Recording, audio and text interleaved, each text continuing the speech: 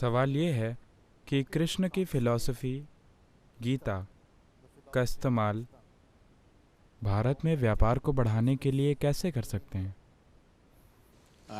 मैंने गीता नहीं पढ़ी है।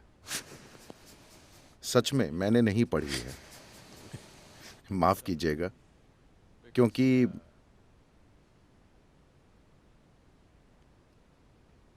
मेरे लिए मेरी अपनी दृष्टि ने मुझे कभी निराश नहीं किया है। इसलिए मैं हमेशा सभी ग्रंथों से दूर ही रहा, क्योंकि मैं खुद को अलग अलग चीज़ों से भरना नहीं चाहता था। सिर्फ एक चीज़ जो मैंने सीखी और जो मैं आज भी करता हूं, अगर मैं किसी चीज़ को देखता हूं या किसी इंसान को देखता हूं तो उसका अतीत, वर्तमान और भविष्य जान जाता हूं। मैं उन पर इतना ध्यान देता हूं। मैं ऐसे नहीं देखता। जब मैं देखता हूं तो अपना सब कुछ लगाकर पूरी तरह देखता हूं। अगर आप पर्याप्त ध्यान दें If you pay enough attention, there is nothing that will not yield. तो ऐसा कुछ नहीं जो आप नहीं जान सकते। तो कभी भी मेरे पास ग्रंथों को ढूंढने का कोई कारण या जरूरत नहीं रही। With all respect and regard for मैं them, सभी ग्रंथों का आदर और सम्मान करता हूं। मैं उनका विरोधी नहीं हूं। बात बस इतनी है कि मेरे पास कभी समय ही नहीं था। ये पूरी प्रक्रिया इस तरह शुरू हुई। जब मैं बहुत छोटा था, मुझे समझ आया कि मुझे कुछ भी नहीं पता। देखिए, अगर आप ये समझ जाते हैं कि आप नहीं जानते, अगर आपको पूरी तरह से ये एहसास होता है कि आप कुछ भी नहीं जानते, तो ध्यान देना स्वाभाविक होगा, क्योंकि आप सब कुछ जानते हैं।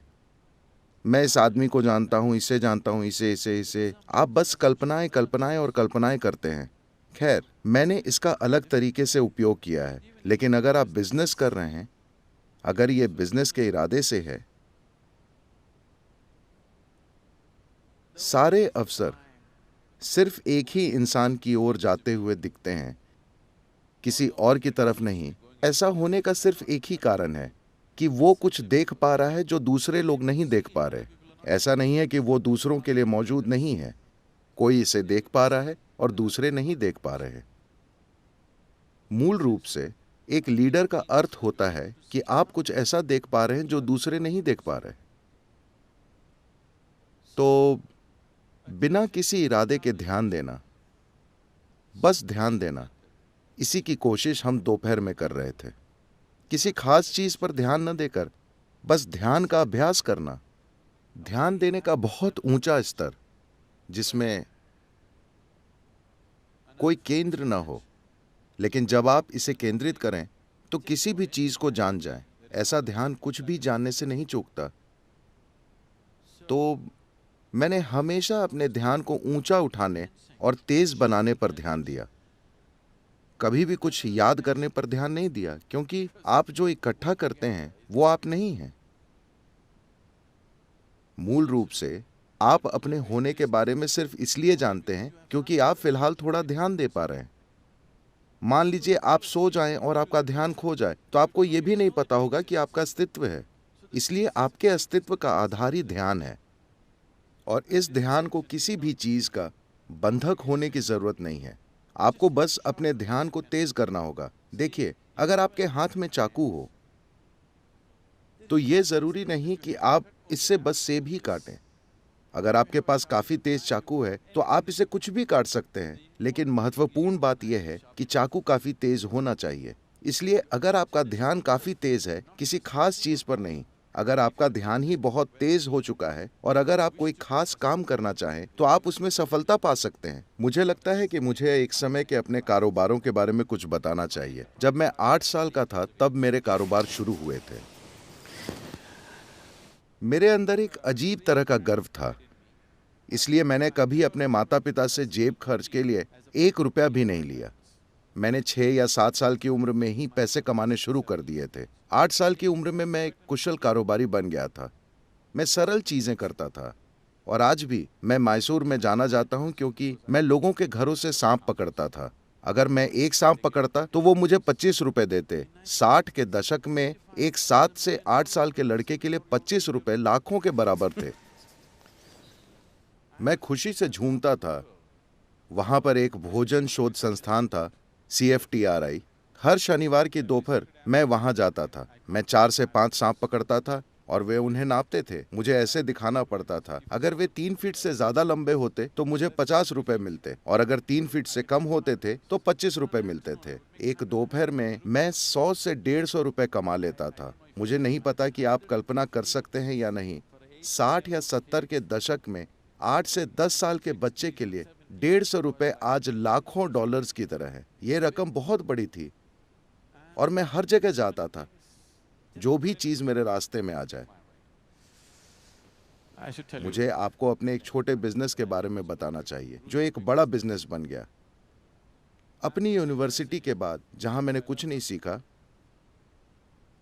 पर पास हो गया, बस एक चीज थी कि तब तक मैं अपनी मोटरसाइकिल पर पूरा भारत घूम चुका था। जब मैं भारत के बॉर्डर तक पहुंचा तब मुझसे अचानक मेरे ड्राइविंग लाइसेंस के अलावा किसी चीज की मांग की गई। मुझे ये भी नहीं पता था कि पासपोर्ट जैसा कुछ होता है। देखिए, आज की तरह नहीं था। आज हर 3-4 साल के बच्चे को पता होगा कि उसके पास पासपोर्ट होना चाहिए।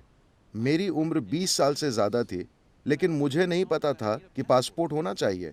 मैं बॉर्डर पर पहुंचा और फिर उन्होंने कहा, आपका पासपोर्ट कहाँ है? मैंने कहा, क्या? मेरे पास ड्राइविंग लाइसेंस है। वे बोले, नहीं, पासपोर्ट होना जरूरी है। फिर मैं नेपाल बॉर्डर से वापस मुड़ा और मोटरसाइकिल पर वापस आ गया।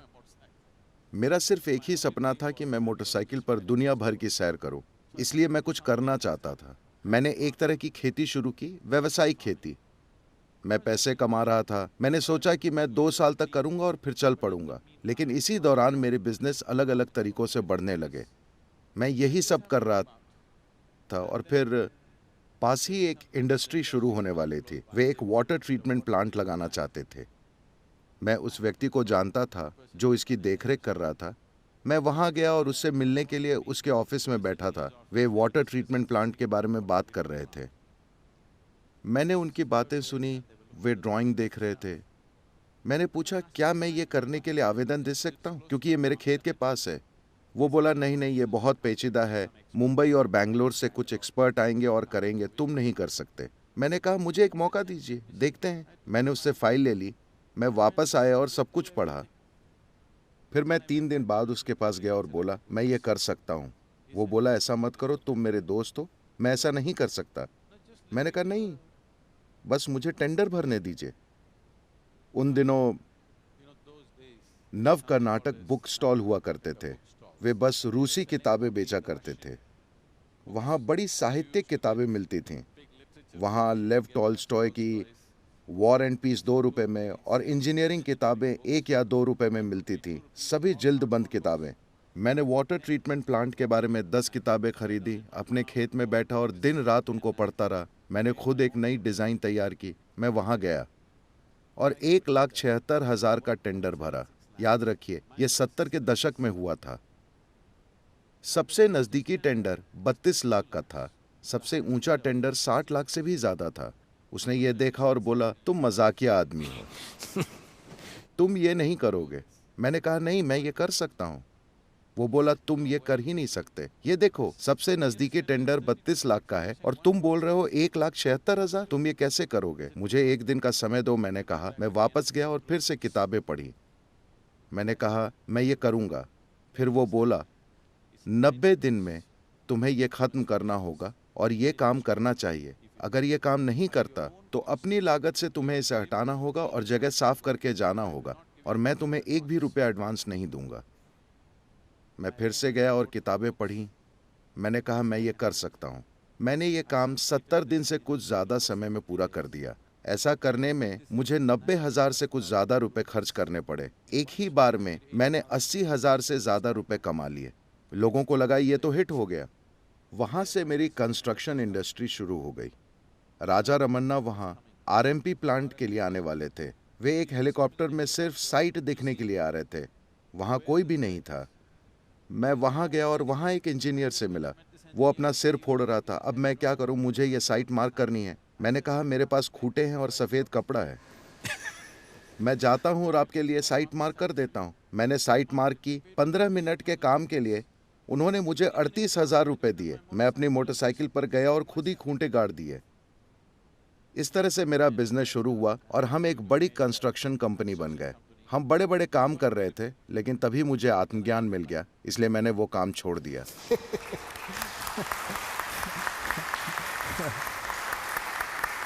धन्यवाद सद्गुरु जी, आपका बहुत धन्यवाद ये कहानी शेयर करने के लिए। धन्यवाद प्रोफेसर।